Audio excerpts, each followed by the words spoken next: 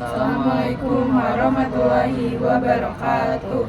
Kita dari kelompok 4 ingin mempresentasikan berpikir komputasional.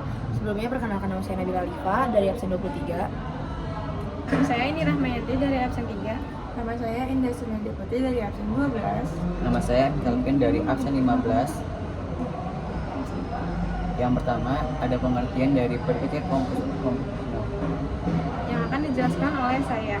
Jadi, computational thinking atau berpikir komputasional adalah suatu proses berpikir yang membantu merumuskan masalah sehingga solusinya dapat dinyatakan dalam bentuk langkah-langkah komputasi dan algoritma.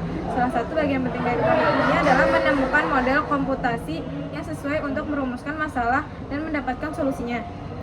Yang selanjutnya ada karakteristik berpikir komputasional. Pertama, ada mampu memberikan pemecahan masalah menggunakan komputer atau perangkat lain, mampu mengorganisasi dan menganalisis data, mampu melakukan identifikasi, analisis, dan implementasi solusi dengan berbagai kombinasi langkah atau cara dan sumber daya yang efisien dan efektif. Yang terakhir, mampu melakukan generalisasi solusi untuk berbagai masalah yang berbeda. Yang selanjutnya ada konsep berpikir komputasional.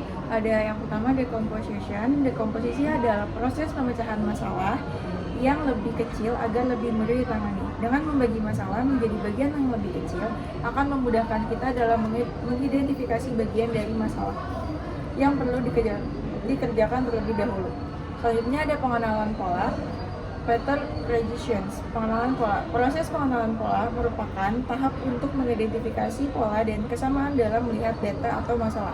Tahap ini membantu kita dalam menemukan algoritma.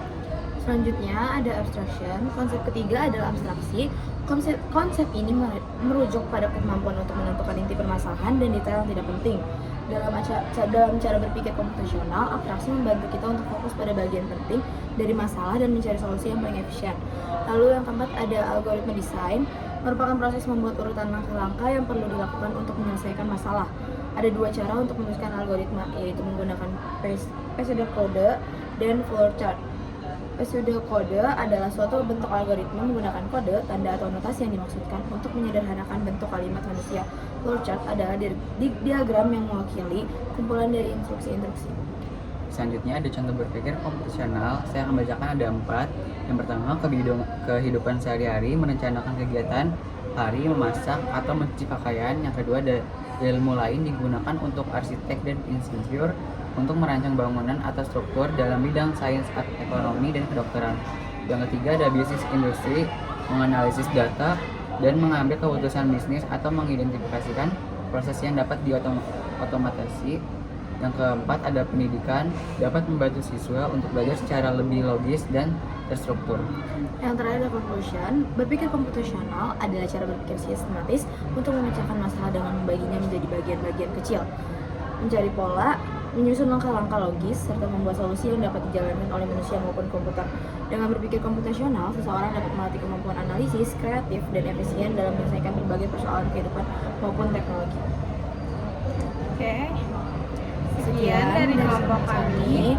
Assalamualaikum warahmatullahi wabarakatuh.